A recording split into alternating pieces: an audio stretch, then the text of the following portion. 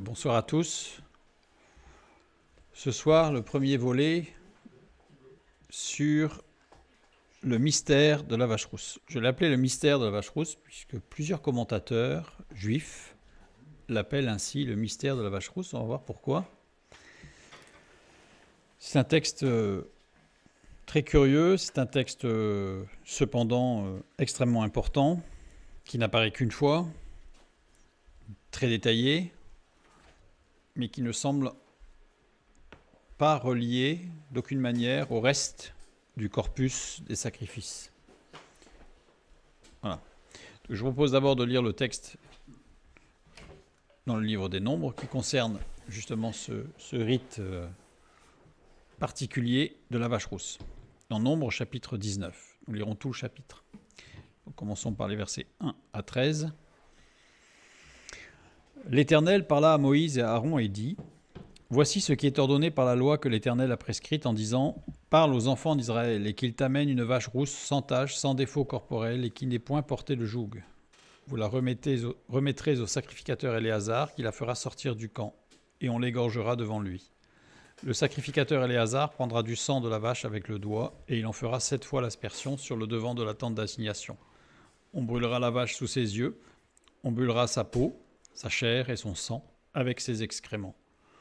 Le sacrificateur prendra du bois de cèdre, de l'hysope et du cramoisi, et il les jettera au milieu des flammes qui consumeront la vache. Le sacrificateur lavera ses vêtements et lavera son corps dans l'eau, puis il rentrera dans le camp. Il sera impur jusqu'au soir. Celui qui aura brûlé la vache lavera ses vêtements dans l'eau et lavera son corps dans l'eau, et il sera impur jusqu'au soir. Un homme pur recueillera la cendre de la vache et la déposera hors du camp, dans un lieu pur. On la conservera pour l'assemblée des enfants d'Israël afin d'en faire l'eau de purification. C'est une eau expiatoire. Celui qui aura recueilli la cendre de la vache lavera ses vêtements et sera impur jusqu'au soir. Ce sera une loi perpétuelle pour les enfants d'Israël et pour l'étranger au séjour au milieu d'eux. Celui qui touchera un mort, un corps humain quelconque, sera impur pendant 7 jours. Il se purifiera avec cette eau le 3e jour et le 7e jour, et il sera pur. Mais s'il ne se purifie pas le 3e jour et le 7e jour, il ne sera pas pur. Celui qui touchera un mort, le corps d'un mort qui sera mort, et qui ne se purifiera pas, souille le tabernacle de l'Éternel. Celui-là sera retranché d'Israël, comme l'eau de purification n'a pas été répandue sur lui. Il est impur, et son impureté est encore sur lui. Et la deuxième partie, versets 14 à 22. Voici la loi. Lorsqu'un homme mourra dans une tente, quiconque entrera dans la tente et quiconque se trouvera dans la tente sera impur pendant 7 jours. Tout vase découvert, sur lequel il n'y a point de couvercle attaché, sera impur.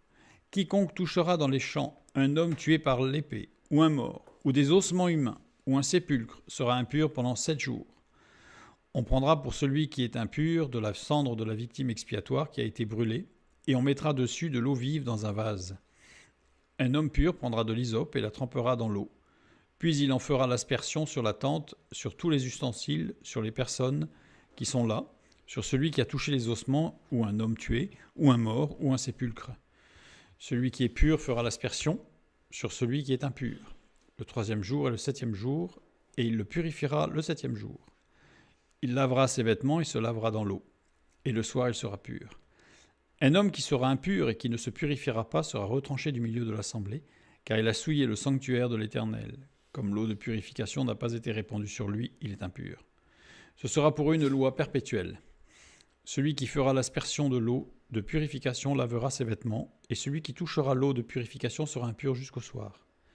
Tout ce que touchera celui qui est impur sera souillé, et la personne qui le touchera sera impure jusqu'au soir. Or, lu comme ça c'est un peu abrupt, mais ce soir, nous allons uniquement soulever les questions, soulever les problèmes qu'amène ce texte. Parce qu'il y en a tellement qu'on en aura suffisamment pour la soirée. Et la prochaine fois, d'où le titre, questionnement, on va voir quand même quelques petits aspects de réponse, et la prochaine fois, on verra exactement quel est ce rite. Pourquoi, et pourquoi écrit en 2 mots. reprenons tout ce chapitre. Une description de la manière de faire et des conséquences de ce sacrifice. On a vu tout le détail, on l'a lu. Donc je le reprends en entier. Avec quelque chose de surprenant. C'est qu'on a toute la partie que j'ai soulignée en bleu, désigne le sacrifice et le rituel post-sacrificiel qui permet à l'impur de devenir pur. Voilà, s'il a touché un mort, un sépulcre, etc. Donc de l'impur, on passe à pur, grâce à ce sacrifice particulier. Mais ce qui est très surprenant, c'est qu'on a d'autres parties du texte soulignées en vert ici, qui montrent que le sacrifice et le rituel post-sacrificiel amènent le pur à devenir impur. C'est-à-dire que celui qui fait le sacrifice devient impur. Celui qui touche l'eau, qui purifie, devient impur. C'est surprenant. On pourrait s'attendre au contraire à ce que celui qui participe à la purification soit pur, qu'il soit purifié avant, etc. Mais non, le fait même que le sacrificateur procède à la purification d'un tiers le rend impur. C'est très surprenant. C'est même illogique. Et dans le sens biblique du terme, c'est la seule fois où on a ce cas.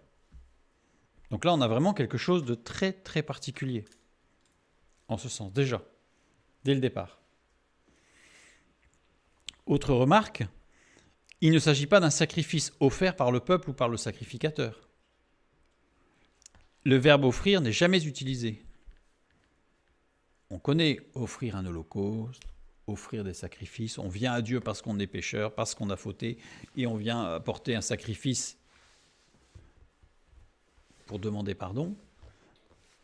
Ou le sacrificateur apporte pour le peuple un sacrifice.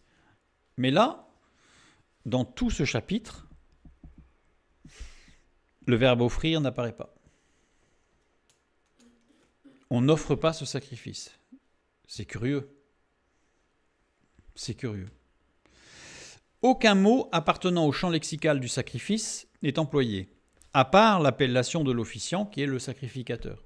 Mais sinon, on parle pas de sacrifice, d'offrande sacrificielle, dans tout le texte.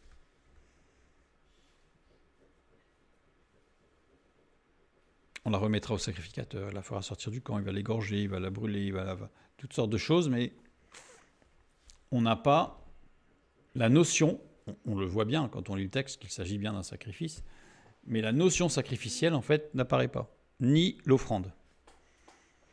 Donc ça veut dire que ça ne s'apparente pas ni à un holocauste, ni à une offrande d'holocauste, ni à quoi que ce soit. C'est encore quelque chose de surprenant. Je reprends le texte. Ça, cette fois-ci, c'est juste une petite remarque. On a commencé un peu à avoir l'habitude, mais il va falloir la garder à l'esprit, surtout pour la fin. Quand on regarde le texte, il n'y a que l'Éternel. 4 fois. C'est l'Éternel qui parle. C'est l'Éternel qui a prescrit. Et ensuite, on parle de la souillure du tabernacle de l'Éternel et la souillure du sanctuaire de l'Éternel. Voilà. C'est tout. Donc, mais ce qui est important, on ne va pas revenir en tout cas ce soir sur l'emploi de ces 4 mots éternels dans le fait de parler, le fait de prescrire et par rapport au tabernacle et par rapport au sanctuaire. Mais ce qu'on va souligner, c'est que nous le savons, quand il est parlé de l'Éternel, du tétragramme, c'est Dieu qui se manifeste dans sa dimension d'amour et de relation. Nous savons que parfois Dieu se manifeste sous le titre d'Élohim, et Élohim, c'est Dieu qui se manifeste dans sa rigueur et sa justice parfaite. Ce qui est intéressant, c'est que là, il n'y a que l'Éternel. Or, la plupart des ordonnances sacrificielles sont amenées par l'Éternel Dieu. Les deux, l'amour et la justice. La plupart des sacrifices impliquent une justice. Il y a un péché, il y a une faute. Là, on ne parle pas de faute. On parle de pureté et d'impureté. Quelqu'un qui a marché sur un sépulcre sans le savoir est impur, mais sans le savoir. Donc, où est la faute ? Et pourtant, il est impur. Donc, il y a quelque chose qui est en dehors de la justice ici, dans ce sacrifice. J'emploie ce mot même s'il n'est pas employé. En tout cas, dans ce rituel de la vache rousse.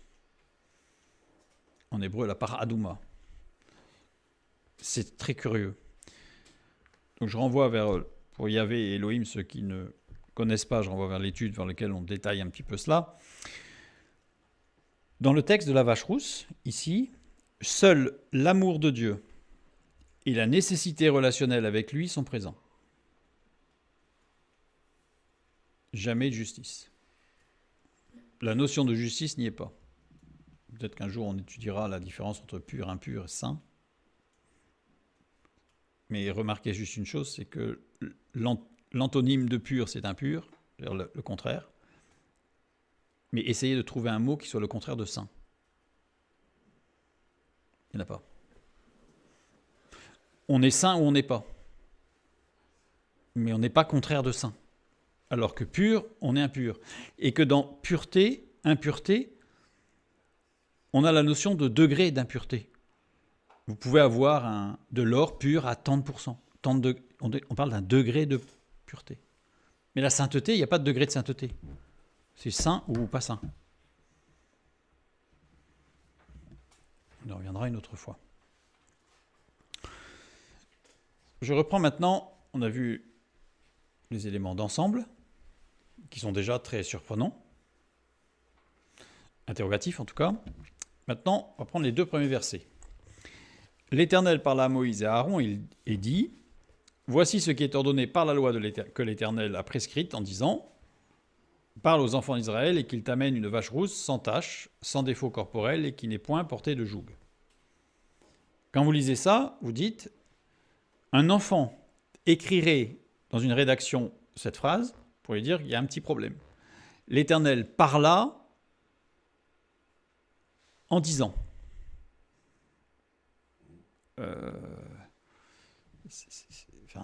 On sent qu'il y a deux fois la même chose. On va voir que c'est important. L'ordonnance ici. Voici ce qui est ordonné. Chouka. Chouka, difficile à traduire. Certains vont traduire par décret. Le sens littéral désigne plutôt une limite, qui peut être décrétée. Mais c'est une limite. Une limite qui peut être, je dirais, dans l'espace, dans le temps, ou dans une chose à faire. Donc il y a une limite. Voilà. Ça ne désigne pas forcément une limite à ne pas dépasser, mais ça désigne une limite. Par exemple, la limite entre l'océan et la terre, c'est la côte. Bon, c'est une limite. Rien ne dit qu'on ne peut pas la dépasser, mais c'est une limite. Voilà, cette notion de chouka, cette notion de limite. Mais justement, qui n'implique pas forcément la notion de jugement, limite à ne pas dépasser. Pas forcément, c'est une limite. Par la loi que l'Éternel a prescrite. Ça va. Ça va, c'est donner une responsabilité, littéralement. Les deux premières lettres caractérisent toute espèce de ligne tracée vers un but. La dernière lettre, la vie. Le but étant la vie. Donc il donne une responsabilité, une sorte de but pour aller vers la vie. C'est ça la prescription de Dieu. Ce verbe ça va est conjugué au radical piel et au mode parfait. Donc action unique. Radical piel exprime une action qui se réalise jusqu'au bout dans le moindre détail. Couper en morceaux, en français, si on devait mettre la conjugaison radicale piel de couper en morceaux, on pourrait dire réduire en miettes. Montrer que c'est vraiment jusqu'au boutiste. Le mode parfait exprime une action unique, non répétable, totalement réalisée. Une fois. Étrange, pour un rite qui devait se perpétrer indéfiniment. Donc ok, ça a été prescrit une fois, mais ça veut dire que ça ne sera plus jamais répété.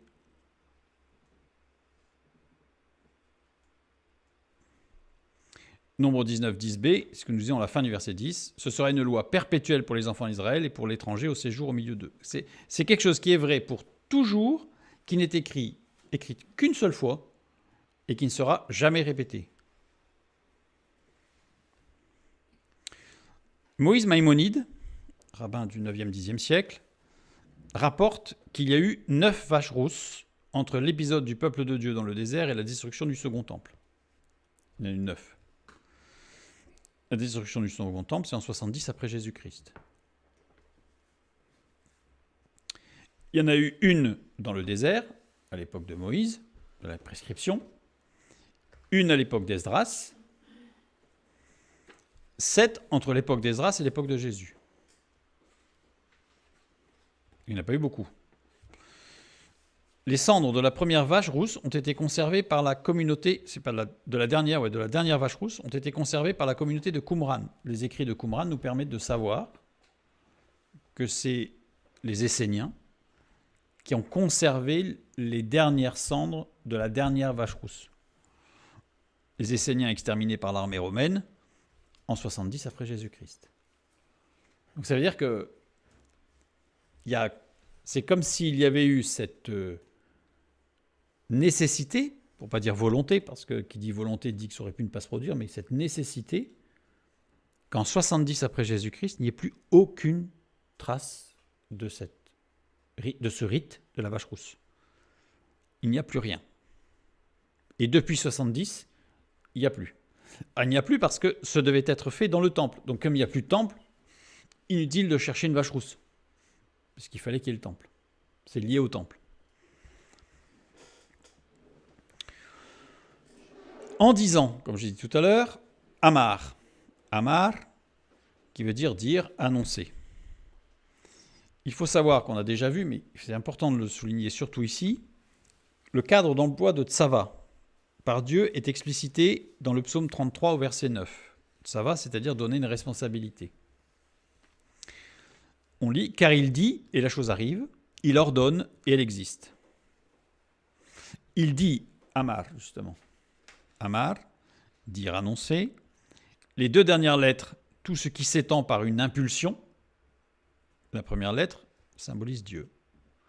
Cette parole de Dieu, c'est une parole d'impulsion. C'est une parole qui donne du mouvement. C'est une parole qui va donner de l'énergie. C'est une parole qui va mettre en mouvement. C'est une parole qui va dynamiser et qui va impulser quelque chose. Une parole de Dieu impulse toujours quelque chose. Sorte de mise en résonance par Dieu. C'est une parole qui met en résonance. Car il dit, et dans le texte littéral, il n'y a pas « la chose arrive », il dit « et arrive ». Haya. Haya désigne l'état d'être. Il dit et c'est. C'est même pas qu'elle arrive, parce qu'elle arrive, en français, ça donne l'impression qu'elle vient de quelque part et elle arrive. Or, Haya, ça veut dire elle est. C'est pas même pas elle arrive, elle est. Avec en plus cette instantanéité, puisqu'il dit et arrive. C'est comme dans Genèse chapitre 1 verset 2, que la lumière soit et la lumière fut. En réalité, c'est littéralement, il faudrait traduire par que la lumière soit fut. Il y a cette instantanéité de la parole de Dieu. Quand Dieu dit, c'est. Donc si je traduis, je dirais plus proche du texte, car il dit et c'est bien mis en résonance, puisque c'est Amar, tout de suite, c'est-à-dire que c'est, mais c'est mis en résonance, c'est-à-dire qu'il y a quelque chose qui est déjà là, en fait. En réalité, la potentialité est là, et la parole de Dieu met en résonance et fait éclater la chose, donne vie. Il ordonne et elle existe, il ordonne tsava, justement, tsava, conjugué au radical piel, et elle existe, amad. Amad, qui veut dire s'ériger contre de façon persistante, ou être dans une attitude d'attente. Encore, s'élever, se tenir droit. Donc on voit qu'il y a plusieurs possibilités. La parole de Dieu met en résonance, mais elle met en résonance pour s'opposer, pour faire frein, ou elle met en résonance, mais cette fois-ci dans une attente patiente, ou elle met en résonance pour se lever et se tenir droit. 3 dynamiques. Quand il y a un ordre, qu'on a souvent traduit en français par justement un ordre, une prescription, quand il y a un ordre tsava, conjugué au radical piel, c'est-à-dire jusqu'au bout, c'est qu'il y a eu une parole amar, une impulsion dynamique au préalable. C'est-à-dire que Dieu ne donne jamais un ordre sec. Il faut. Quand Dieu dit « il faut », ça veut dire qu'au préalable, il a mis en résonance ce qu'il fallait pour que l'on puisse faire. Contrairement à ce que l'on pourrait avoir ici, dans notre société moderne, où on a des ordres qui tombent sans qu'on donne les moyens. Grosso modo, si je devais résumer, quand Dieu donne un ordre, il a donné les moyens d'appliquer et d'obéir au préalable.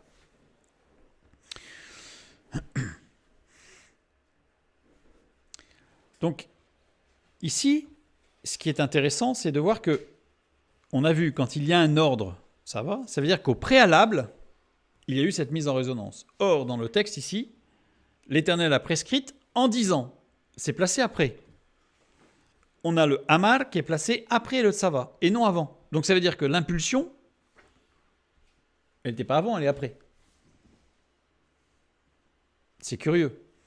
Sauf que justement, l'Éternel parle à Aaron et dit, et le verbe dire ici, c'est Amar, et là on a bien Amar qui est placé avant. Donc on a Amar qui est avant Tsava, mais aussi après. Ça veut dire quoi? Ça veut dire qu'ici, dans ce rite, on va dire curieux, pour ne pas dire étrange, de la vache rousse, il y a quelque chose de très spécifique. On a un ordre Tsava qui résulte d'une parole Amar, d'une impulsion dynamisante et dynamique, au préalable, mais cette impulsion dynamique qui va permettre d'appliquer l'ordre qui lui va permettre d'avoir une impulsion dynamique. Donc en fait, on a quelque chose qui s'auto-alimente. C'est loin d'être sec.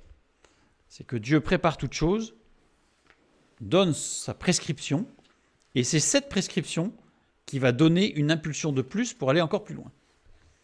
Donc il y a quelque chose qui donne impulsion jusqu'à l'ordre, et de l'ordre, on va jusqu'à la réalisation complète. Ça, il va falloir vraiment le garder à l'esprit, on le rappellera la prochaine fois, ça c'est vraiment fondamental dans la compréhension de la vache rousse.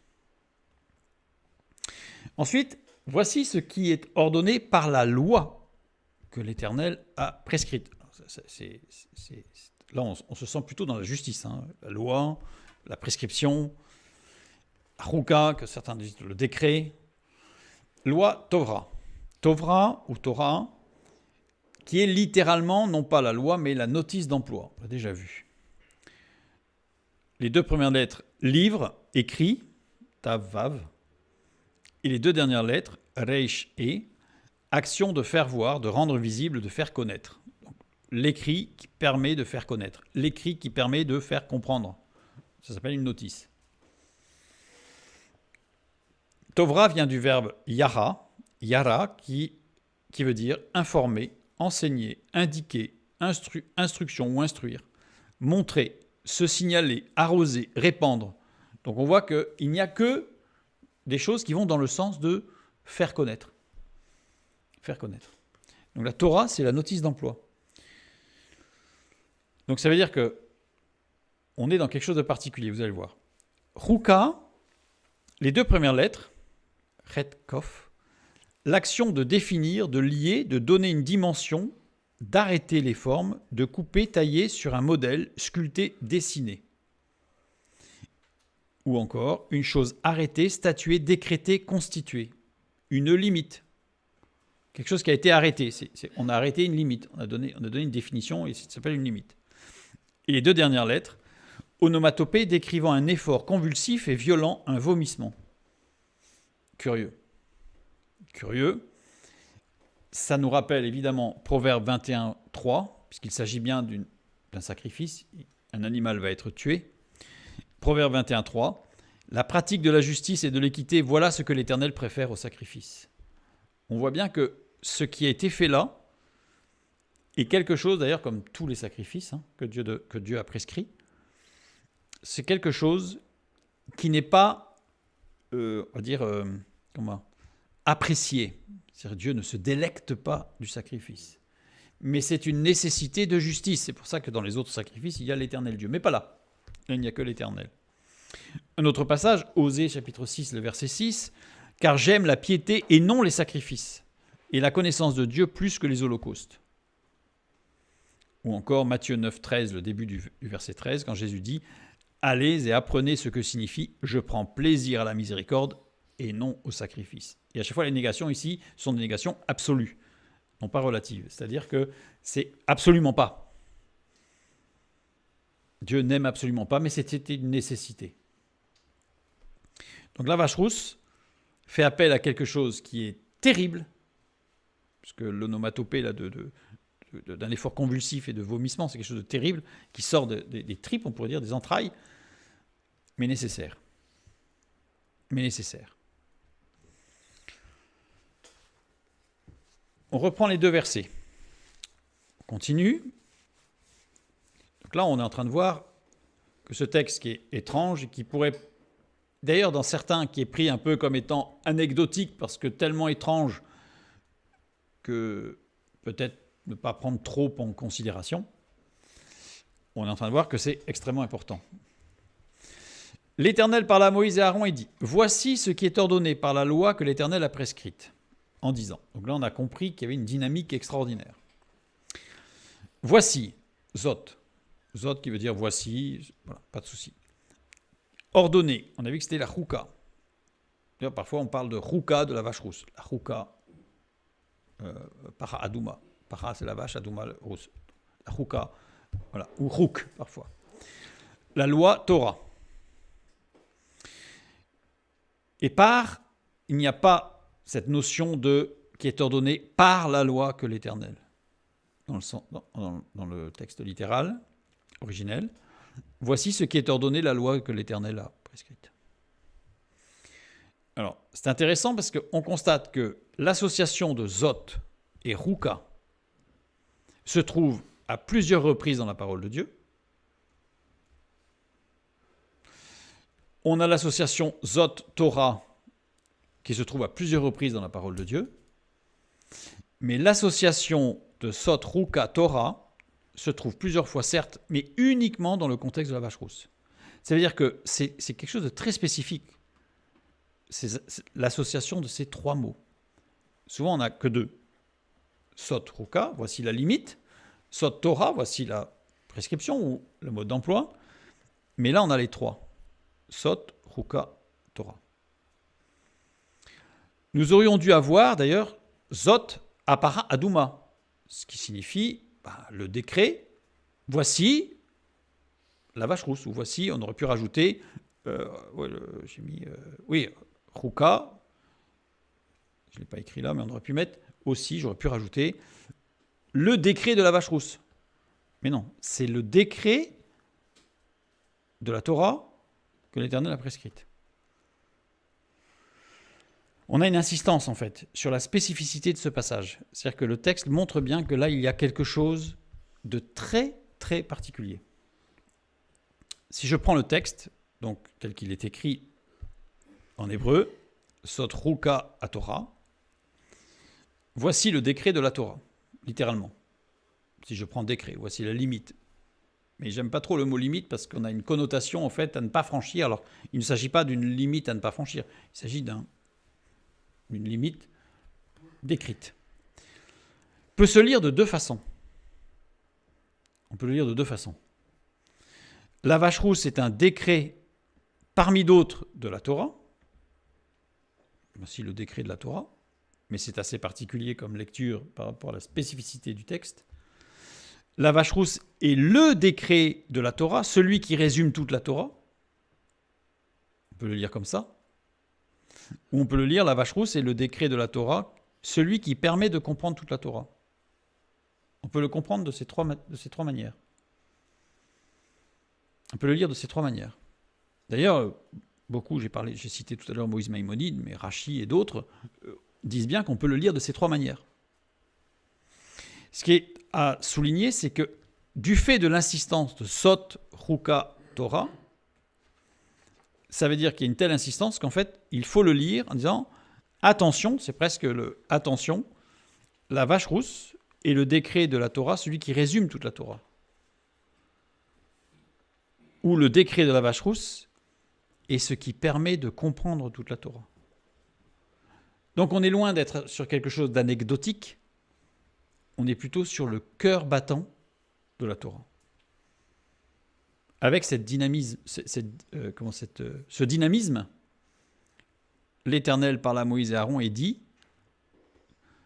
en disant, avec la prescription, ça va. Donc on voit que ce texte, le nombre 19, qui est très souvent mis de côté parce que totalement incompréhensible, et on va voir ô combien il peut être totalement incompréhensible, mais dès qu'on a la clé, on va voir que, évidemment, tout devient très compréhensible, et on va voir, on verra la prochaine fois, qu'en effet, la véritable lecture de ce Zot Ruka HaTorah, et que c'est un décret ou c'est une limite, c'est une description qui résume toute la Torah et qui en même temps permet de comprendre toute la Torah. C'est le cœur même du texte, de toute la Torah, de la notice d'emploi, du monde. Avec cette notion de limite, c'est-à-dire d'objectif. Et Ruka, si je le découpe cette fois-ci avec une première racine de 3 lettres, j'obtiens la nomination d'un temps, d'une fonction ou d'un devoir spécifique pour la vie. Donc cette Ruka particulière est vraiment dans une définition d'un temps, d'une fonction et d'un devoir, je dirais, juridique sous la justice spécifique nécessaire. Donc on est véritablement dans un texte qui est fondamental, en réalité. Fondamental. Prenons le verset 3 maintenant. Vous la remettrez au sacrificateur Éléazar, qui la fera sortir du camp, et on l'égorgera devant lui. Éléazar. Qui est Éléazar ? Éléazar, Exode chapitre 6, verset 23, nous lisons « Aaron prit pour femme Elisheba, fille d'Aminadab, sœur de Nachom. Et elle lui enfanta Nadab, Abihu, Éléazar et Itamar. » Bon, on sait qu'Éléazar, c'est le 3e fils d'Aaron.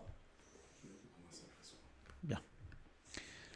Éléazar, on va voir aussi en Exode 28, 1, « Fais approcher de toi Aaron, ton frère. » Donc c'est Dieu qui parle à Moïse. Et ses fils, et prends-les parmi les enfants d'Israël pour les consacrer à mon service dans le sacerdoce. Aaron et les fils d'Aaron, qui sont nommés, pas d'erreur, Nadab, Abihu, Éléazar et Itamar. Donc Éléazar fut consacré sacrificateur en même temps que ses frères et que son père. Ils ont été tous les 5 consacrés sacrificateurs en même temps. Donc il y a une question qui vient à l'esprit. Pourquoi ne pas désigner Aaron pour accomplir le rituel de la vache rousse ? Pourquoi il faut que ce soit Éléazar ? Puisqu'Éléazar, à ce moment-là, son père est encore vivant, Aaron. Donc pourquoi on a sauté Aaron ?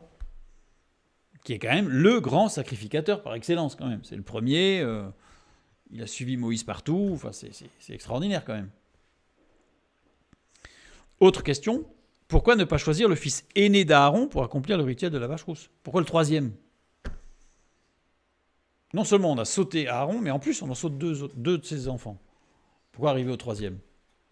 Une grande question. Alors là, on va voir la réponse. Pourquoi le 3e ? On va faire un petit résumé rapide. Dans le Lévitique, chapitre 10, les versets 1 et 2, nous lisons « Les fils d'Aaron, Nadab et Abihu, prirent chacun un brasier, y mirent du feu et posèrent du parfum dessus. Ils apportèrent devant l'Éternel du feu étranger, ce qui ne leur avait point été ordonné. Alors le feu sortit de devant l'Éternel et les consuma, ils moururent devant l'Éternel. » Une traduction littérale de ce passage, que l'on va retrouver dans l'étude Nadab et Abihu foudroyés, donne « Les fils d'Aaron, Nadab et Abihu, prirent dans leurs mains à plusieurs reprises chacun un brasier, y mirent à plusieurs reprises du feu, et formèrent à plusieurs reprises du parfum dessus. » Parce que là, c'est pour retranscrire une conjugaison à l'imparfait. L'imparfait hébraïque. « Ils apportèrent devant l'Éternel du feu étranger, ce qui ne leur avait point été ordonné. » D'ailleurs, littéralement, c'est ce qui ne leur a pas été mis par impulsion. C'est-à-dire qu'il n'y a pas eu de parole de Dieu qui les a impulsés à aller par là. Ce qui sous-entend que c'est d'eux-mêmes qu'ils ont fait ça. Mais ce n'est pas Dieu qui leur a fait faire ça. Alors le feu sortit de leur parfum dans la présence de l'Éternel, et le feu les brûla au 3e degré. Ils finirent par mourir à cause de leurs blessures, après être revenus devant l'Éternel. Ça, c'est une traduction qui est beaucoup plus proche du texte. Donc je renvoie vers l'étude sur Nadab et Abihu foudroyés. Là, je vous donne juste une conclusion. Nous avions vu dans cette étude que Nadab et Abihu n'écoutèrent pas Dieu au travers des anciens et voulurent appliquer des méthodes puissantes pour attirer, impressionner, unir le peuple de Dieu. Et leurs actions finirent par se retourner contre eux. Voilà. Ils ne préparèrent pas le kifi égyptien, c'est-à-dire un parfum particulier qui devait être brûlé, mais ils utilisèrent les méthodes égyptiennes de fumigation en grande quantité pour impressionner le peuple. C'est-à-dire qu'ils ont pris des choses de Dieu et ils ont utilisé des méthodes du monde pour les rendre encore plus épatantes, n'est-ce pas ? Encore plus puissantes à leurs yeux. Et ça a été leur grosse faute, leur grande faute.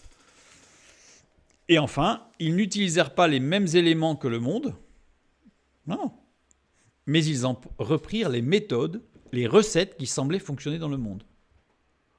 Donc on ne peut pas les accuser d'avoir pris, j'ai pris le kifi égyptien. Non, ils ont fait comme Dieu avait dit, au niveau des ingrédients. Mais au niveau de la méthode, ils ont utilisé la méthode du monde. Résultat, ça passe pas. Ça ne passe pas. Résultat, l'unicité du peuple était compromise. Ça partait pas d'un mauvais sentiment, hein. Mais le résultat était catastrophique. Donc, l'unicité du peuple était compromise. Les responsables de cette fausse dynamique assumèrent seuls les déboires occasionnés, parce que ça s'est retourné contre eux. Voilà. Toujours tout ça, je renvoie vers notre étude. Voilà. Donc là, on comprend mieux, parce que je renvoie vers l'étude pour avoir encore plus de détails, ce qui s'est passé. Et donc ici, on comprend pourquoi les deux fils aînés n'ont pas été choisis. Parce que Dieu connaissait le cœur de Nadab et Abihu, et que dans son projet de salut pour eux, il connaissait le chemin par lequel ils allaient passer. Puisqu'on l'a vu, je renvoie vers l'étude, mais qu'ils ont été brûlés au 3e degré. Ils ne sont pas morts sur le coup, en réalité, contrairement à ce que c'est traduit. Ils ne sont pas morts sur le coup, mais ils sont morts des suites d'eux pour leur donner le temps de revenir à Dieu. Et donc, ils sont revenus à Dieu, et après, ils ont quand même assumé, je dirais, les suites, les conséquences de leurs actes. Voilà. Donc ici, Dieu avait un autre projet pour eux, pour les amener dans leur cœur à être, je dirais, conformes à la parole de Dieu et conformes à la pensée de Dieu. D'ailleurs, c'est bien Éléazar qui succéda à Aaron en tant que grand prêtre. Voilà. Éléazar fut le 2e grand prêtre. Aaron le premier, Éléazar le 2e, qui a suivi Josué pendant la conquête de Canaan, etc. Donc c'est vraiment quelqu'un qui a été très très important dans l'histoire du peuple d'Israël. Mais alors à ce moment-là, pourquoi choisir le 2e grand sacrificateur et non le sacrificateur en place ? Aaron. Pourquoi prendre Éléazar ? Une fois de plus, on répète la question, mais ça alourdit encore un peu, je dirais, le questionnement. Éléazar, son nom, formé de 2 mots, El, Dieu se manifestant dans sa rigueur et sa justice parfaite. C'est pas Yah, c'est pas Yahazar, c'est El et Hazar. Et Hazar qui veut dire aider, secourir, donner un appui, protéger, combattre, soutenir. Éléazar n'est pas l'archétype de l'amour. Parce que dans son nom même, il porte la justice. Ça aurait été Yahazar à la limite. On peut dire il est porteur de l'amour pour aider, pour secourir. Non, il est porteur de la puissance, de la rigueur et de la justice. Celle-là, cette justice et cette rigueur qui aident, qui secourent, qui donnent appui, qui protègent, qui combattent et qui soutiennent. Dieu, Elohim. Nous avions vu que le texte était essentiellement porteur de cette notion, justement, le texte de la vache rousse, de l'amour de Dieu et de la nécessité relationnelle avec lui. Or, on s'appuie essentiellement sur un homme, en sautant en plus par-dessus, en oubliant quelque part le premier grand prêtre, qui n'est quand même pas n'importe qui, c'est Aaron, c'est un homme selon le cœur de Dieu aussi, c'est un homme qui marchait avec Dieu. Et Dieu prend Éléazar, qui n'est pas l'archétype de l'amour, au contraire. Donc on voit bien qu'il y a encore une sorte de paradoxe. Parce que la justice, là, elle n'est pas directe. La justice est indirecte. L'aspect justice de Dieu est indirect dans ce sacrifice, dans ce rituel de la vache rousse, dans la para adouma. Reprenons le verset 3. Une question. Vous la remettrez au sacrificateur Éléazar qui la fera sortir du camp et on l'égorgera. On, c'est qui? On l'égorgera. Qui l'égorgera? On l'égorgera. C'est qui on? Dans les autres ordonnances sacrificielles, c'est soit le pécheur qui égorge l'animal, puisque ça aurait dû être lui, donc il pose la main sur la tête de l'animal, il l'égorge en faisant signe que ça aurait dû être moi, mais je reconnais ma faute, etc. Soit c'est le sacrificateur qui égorge. Mais c'est pas on. On, pronom indéfini, on ne sait pas qui. Quelqu'un. Prends l'exemple dans Lévitique, chapitre 4, les versets 27 à 29. Si c'est quelqu'un du peuple qui a péché involontairement en faisant contre l'un des commandements de l'Éternel des choses qui ne doivent point se faire, et en se rendant ainsi coupable, et qu'il vienne à découvrir le péché qu'il a commis, il offrira en sacrifice une chèvre, une femelle sans défaut, pour le péché qu'il a commis. Il posera sa main sur la tête de la victime expiatoire, qu'il égorgera dans le lieu où l'on égorge les holocaustes. Donc c'est bien le pénitent, quelque part, qui égorge l'animal. C'est pas on. Et si je prends un autre exemple, dans Lévitique 14, versets 19, puis 24 et 25, puis le sacrificateur offrira le sacrifice d'expiation, il fera l'expiation pour celui qui se purifie de sa souillure, ensuite il égorgera l'holocauste. Le sacrificateur prendra l'agneau pour le sacrifice de culpabilité et le log d'huile, et il les agitera de côté et d'autre devant l'Éternel. Il égorgera l'agneau du sacrifice de culpabilité. Le sacrificateur prendra du sang de la victime de culpabilité. Il en mettra sur le lobe de l'oreille droite et de celui qui se purifie, sur le pouce de sa main droite et sur le gros orteil de son pied droit. Il suffit qu'on ait lu une fois le livre du Lévitique pour se rendre compte que c'est quand même très détaillé et très précis. Parfois, ça n'est même un peu difficile à lire. Tellement c'est détaillé, pour ne pas dire rébarbatif. Il faut être honnête. Mais là, sur un texte, on a vu, qui est aussi fondamental, puisque c'est ce texte qui va permettre de comprendre toute la Torah, on a on. Qui? On. Quelqu'un. Pris au hasard, on ne sait pas. Nous répondrons la prochaine fois. Mais ce n'est pas anodin, mais ça pose question. Je sais, toutes ces questions qu'on soulève ensemble un petit peu rapidement ce soir, parce qu'il y en a bien d'autres des questions sur ce passage, mais ce sont des questions qui gênent énormément les exégètes, puisqu'il n'y a pas de réponse directe. Il n'y a pas de réponse directe. Et les rabbins, qui depuis des milliers d'années suivent le texte biblique et s'échinent à essayer d'en trouver le sens le plus profond, ne savent pas comment prendre ce texte, à cause de toutes ces interrogations qui sont bizarres. Prenons le verset 6. Le sacrificateur prendra du bois de cèdre, de l'hysope et du cramoisi, et il les jettera au milieu des flammes qui consumeront la vache. Le bois de cèdre, hysope, cramoisi, ces trois éléments réunis ne se retrouvent que dans un seul autre texte. Dans la loi du lépreux, qu'on appelle la loi du lépreux, de Lévitique, chapitre 13 et chapitre 14.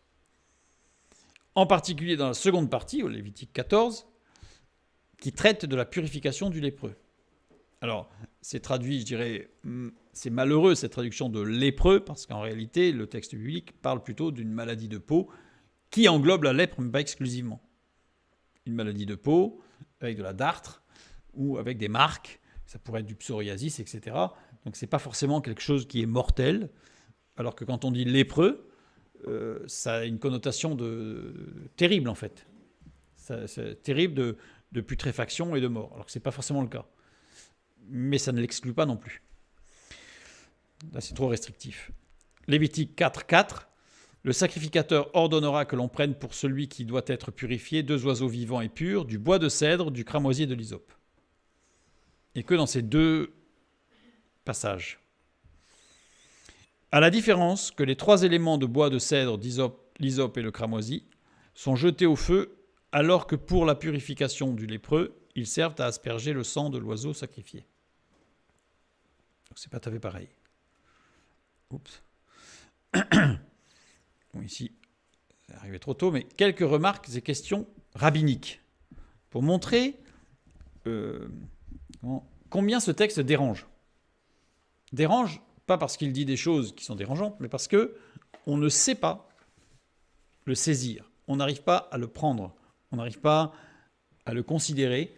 Et surtout, on n'arrive pas à comprendre qu'est-ce qu'il y a comme message profond dedans.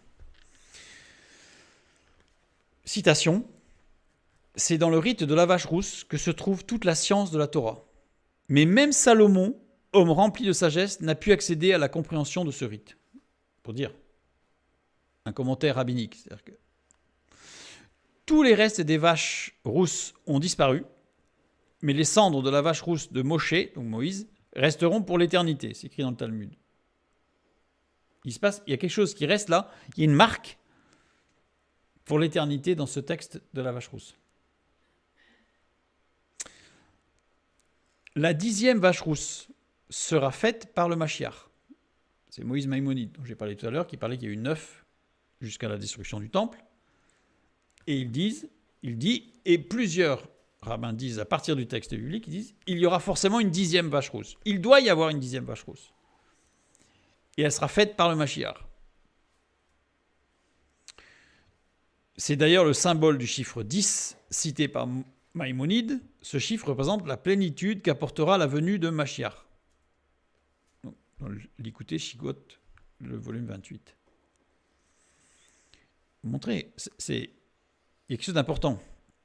Et surtout que pour de nombreux juifs, la découverte de la 10e vache rousse de l'histoire, vous avez certainement entendu parler qu'il y a des rabbins qui cherchent partout une vache rousse. Partout.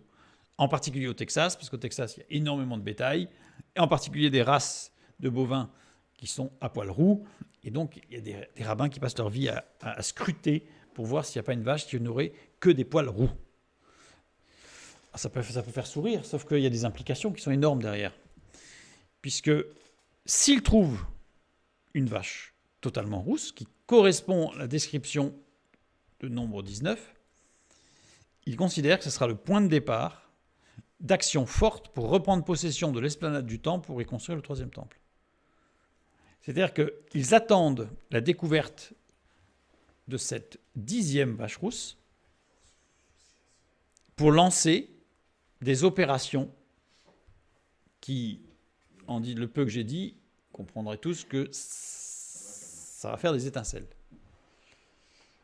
Alors certains disent, fort heureusement, ils n'ont pas trouvé la 10e vache rousse pour l'instant, heureusement. Nous verrons la prochaine fois qu'ils ne la trouveront jamais. Parce qu'on va voir que le texte biblique va nous donner toute lumière sur ça. Et nous verrons que pourquoi ils ne la trouveront jamais, c'est parce que le temple sera construit avant. Et le texte biblique nous montre que le 3e temple ne sera pas construit sur l'esplanade du temple. Donc c'est pour ça que les yeux sont fixés là où il ne faut pas en fait. Les yeux sont rivés sur des éléments qui ne sont pas les éléments éclairants. Voilà. Le texte biblique dans Ézéchiel est très clair. Le 3e temple ne sera pas construit sur l'esplanade. Alors quand je dis ça, il y en a plein qui vont faire « Ah, mais c'est une abomination parce que... » Non, regardez bien le texte. Regardez bien le texte. Ce qui fait du commandement de Para-Adouma, c'est-à-dire la vache rousse, une rouka, une loi irrationnelle. Donc là, on a carrément le mot irrationnel employé par le Rav Ovadia Yosef. Une loi irrationnelle, c'est que justement, celui qui aspergeait les personnes ou objets afin de les rendre purs devenait lui-même impur. Il devait lui-même suivre un nouveau processus de purification. Mais s'il suit un processus de purification, c'est-à-dire que celui qui le purifie devient pur. Mais on n'en finit jamais. Mais on n'en finit jamais. Il y a un problème. Et c'est pour ça qu'elle est irrationnelle. Elle n'est pas possible. Et beaucoup de rabbins disent, il faut la prendre telle qu'elle est, en se disant, on ne sait pas. Je pense que c'est la manière la plus sage, quand on ne sait pas, de prendre les choses.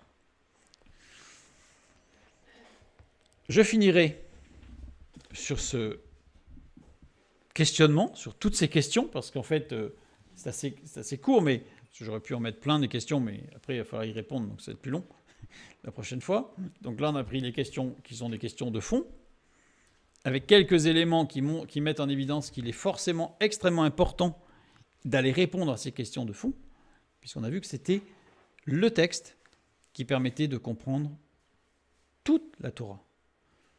Tout le plan de Dieu se comprend là, dans ce rite curieux, bizarre, ou comme diraient certains, irrationnel, qui dépasse la raison.